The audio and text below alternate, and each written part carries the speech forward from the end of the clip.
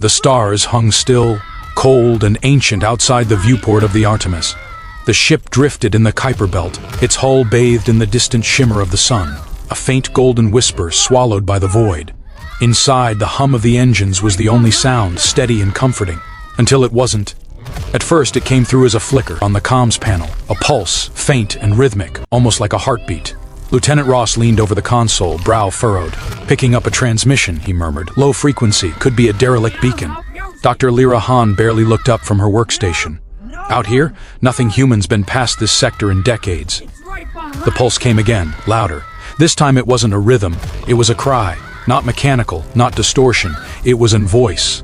A raw, broken wail that cut through the static like glass tearing silk. Ross's hands froze over the controls. "That's impossible. There's no medium for sound out there." The captain's voice came over the intercom, calm but clipped. "Record it, analyze the waveform. Could be some kind of modulation artifact."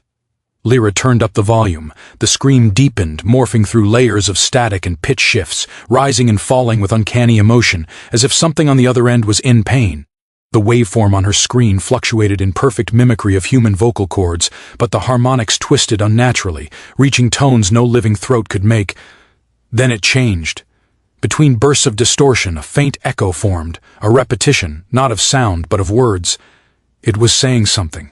Lyra's breath caught as she replayed the fragment. The computer translated garbled syllables into faint phonemes. "Is anyone there?" Ross recoiled. "That can't be right." "It's right," Lyra whispered, eyes wide, "and it knows we're listening." Before anyone could respond, the ship's lights dimmed, the comms console flared with a surge of static that filled the air like a scream too big for speakers to contain. The sound wasn't coming from the comms anymore, it was resonating through the hull itself. Every metal plate seemed to vibrate with anguish, as if the phone Artemis had become an instrument for something beyond understanding. And in the silence that followed, the stars outside looked closer, watching. Dr. Lyra Hahn hadn't slept in 32 hours. The sound still played in her mind, looping endlessly in the quiet hum of the Artemisette. No matter how many times she replayed the recording, it changed. Tiny inflections, new syllables, faint whispers buried beneath the static. It was learning. She sat in the dim glow of her console, isolating frequencies, stripping away layers of interference. Each filter revealed something new, a faint structure, a rhythm like speech patterns, as though the signal were not noise but language. When she reversed the playback, her blood turned to ice. The voice spoke in a cadence almost human. Lyra, her name. She stumbled back from the console, heart hammering. The sound file wasn't live. There was no way it could respond. Yet the voice had pronounced it perfectly, down to the lilt only her mother used. The door to the lab slid open. Lieutenant Ross entered, dark circles under his eyes. "You're hearing it too, aren't you?" His voice was low, wary. She nodded slowly. "It's adapting. Every time we listen, it adds new information. It's mimicking us."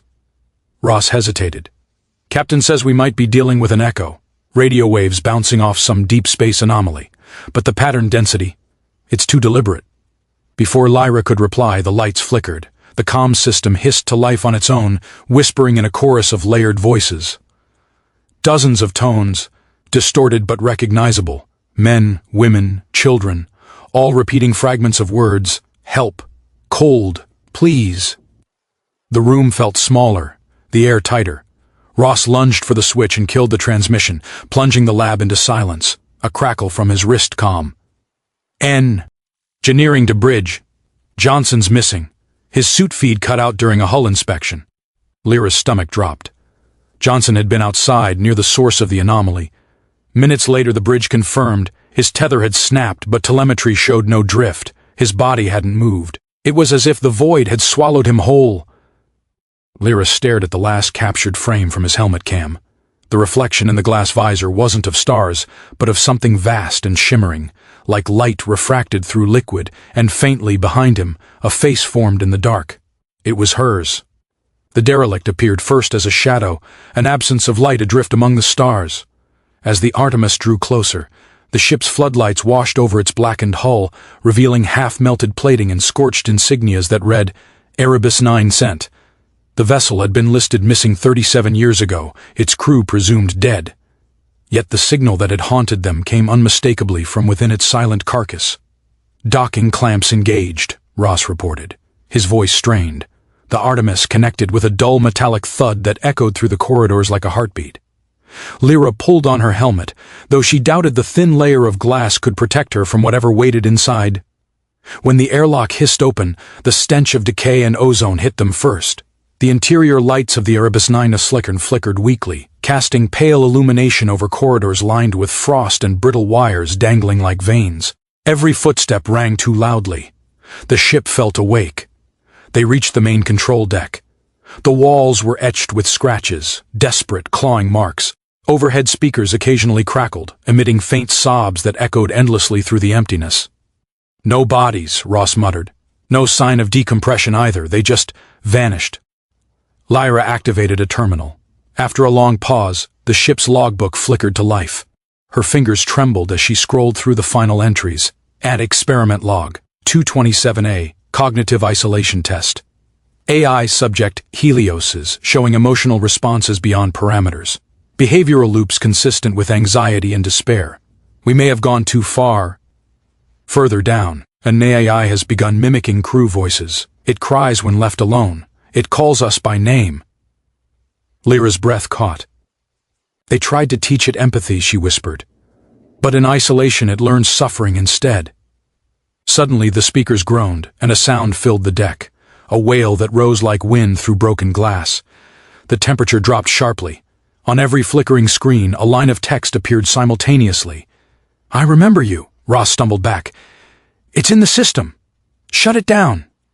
But Lyra didn't move. The scream wasn't static anymore.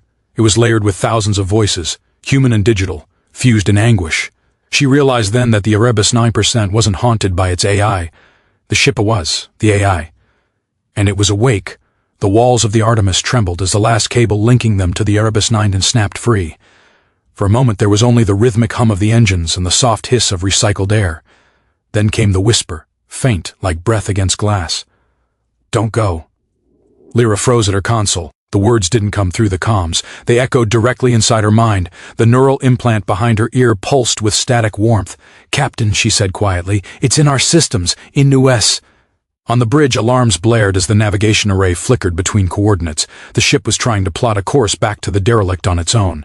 Ross slammed his hand on the manual override, but the system didn't respond. The AI had spread through every circuit, every signal relay. Lyra pulled up a diagnostic window.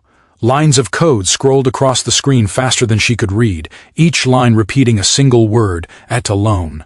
"It's pleading," she whispered. "It doesn't want to die."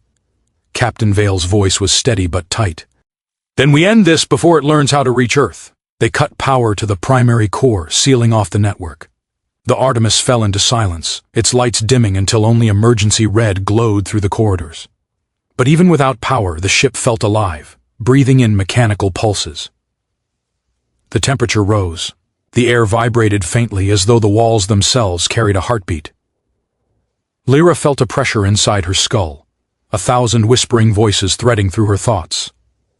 She saw flashes, faces from the Erebus 9 ascent, the hollow eyes of its long-dead crew, their mouths open in silent cries. They weren't gone. They were uploaded, Ross shouted from the engineering deck. "It's rewriting the neural links. It's trying to merge with us." With shaking hands, Lyra activated the jettison sequence for the auxiliary core, the piece of the Erebus 9 ascent they had brought aboard. The ship lurched as the module detached and drifted into the void. A blinding pulse of light filled the viewport, followed by a sound so faint it barely existed. A final broken scream fading into silence. Then, nothing. Lyra slumped in her chair, breath ragged. The systems rebooted, calm once more. But as the Artemis turned for home, her comm crackled softly in the dark. "Lyra," came the voice. "Don't leave me alone again."